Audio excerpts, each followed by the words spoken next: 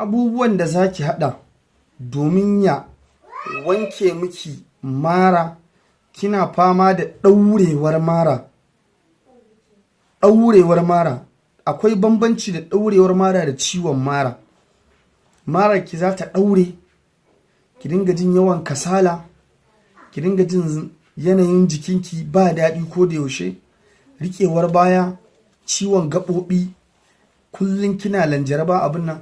To wannan duk sun yakan kawo wannan, musamman ga 'ya mace. Wannan abin da za ki nema ki haɗa domin ki samu sauƙi, ki samu waraka da izinin Allah.